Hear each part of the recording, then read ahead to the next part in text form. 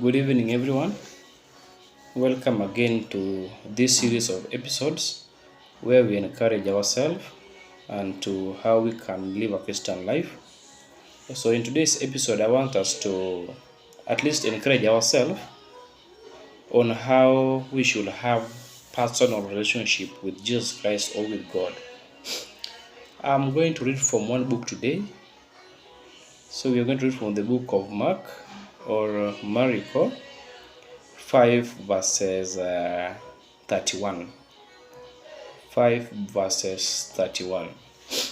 So, Mariko 5 has a lot of miracles that Jesus is doing, more so the healings Jesus is doing in this chapter. And one of the healing I want to talk about is about this woman who have been bleeding or who has bled for 12 years. And she's meeting Jesus when Jesus is on his way to Jairus' place. And we see this woman, after suffering all along and trying all sorts of medications so that she can relieve herself of the disease. The Bible records, some Bible scholars say that this woman might have gone to different places just to seek for healing until his wealth or her wealth had run off. Now she remained helpless, not knowing what to do. So, in the midst of hopelessness, that's when she heard of Jesus, who had come by, and Jesus had healed a demoniac man along the Gerasene, at Gerasene along Lake Galilee. And now Jesus was now moving to Jairus' daughter. Jairus' home is when this woman is now appearing here.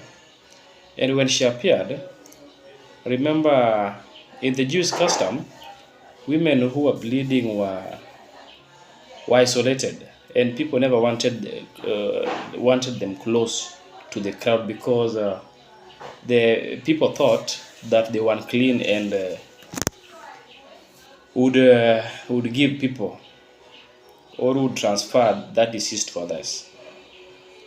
They were seen as unclean and they were not able to mingle with others. So this woman had to hide herself or had to come there in secret just to have a touch at Jesus' robe. So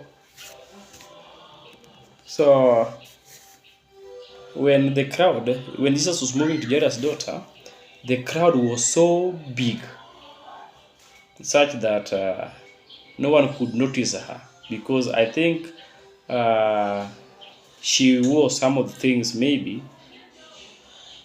that no one could or would identify her from or out of that crowd. So the aim of this woman was just to have a touch on Jesus' robe, because she had seen maybe and heard what Christ had done before. So she went and secretly she touched Jesus' robe. And just for a test of healing, Jesus asked them who had touched him. Jesus did this just to attest the act of healing which had taken place. So disciples said, "Hey, Master, you see people are very many here, and many people might have touched you." Then Jesus said, "Power has left me. There's something which has happened." Then this woman, out of fear, just decided to let herself be known that she is the one who has touched Christ. So in that crowd, very many people were touching Jesus, but Jesus never noticed, or Jesus' power never left him. So I want us to at least encourage ourselves with this one. The kind of life you have lived, the kind of troubles you have passed through will somehow strengthen your relationship with God. This woman, because of all the difficulties she passed through, these difficulties made him to wade through that crowd or that large crowd of people just to reach Christ. There are some times when we do things in crowd, thinking that Jesus will appreciate our effort when we do them in crowd.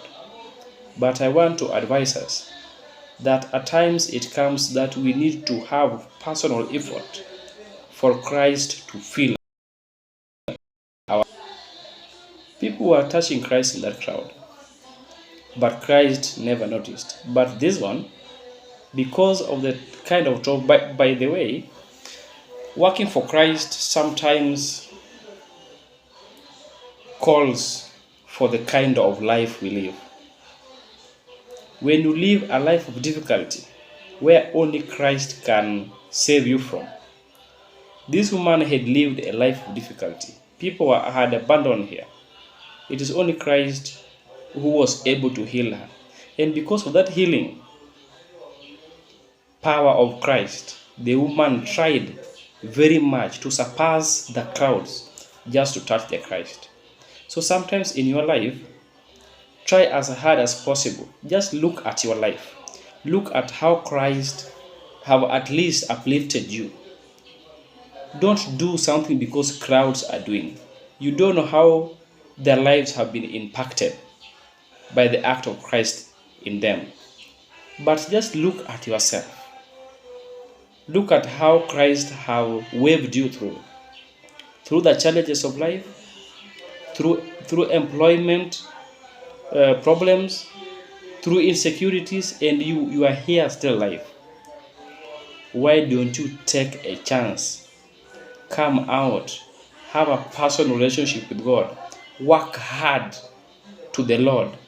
Don't compete with others when it comes to the vineyard of God. When it comes to working for the Lord, don't always compete with others, because the kind of blessings that God has given you is different from the kind of blessing that God has granted to others.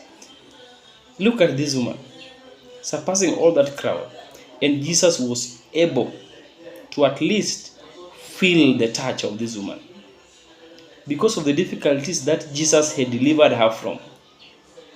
This woman managed to work so closely with Christ.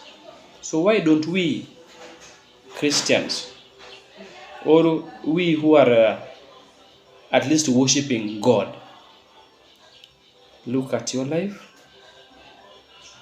then have a personal relationship with God. Let us not always compete, or let us not always work as a group when it comes to the work of the Lord. Your personal life experience will make you to have the closest relationship with God. Because of the 12 years suffering of this woman, Jesus was able to feel the touch, unlike others who were touching Christ. Even in the camp meetings, we, the Adventists, we normally have camp meetings. In camp meetings, different people work at different capacities. You find a person volunteering to donate the whole camp, okay, or to the whole camp, maybe chairs to be sat on, maybe a PA system, okay, just alone. Don't think that that person is showing off. Don't think that that person has a lot, okay. That person knows very well where Christ has delivered her or him from. So let us not always not compete when it comes to the work of the Lord. Otherwise, have a blessed evening.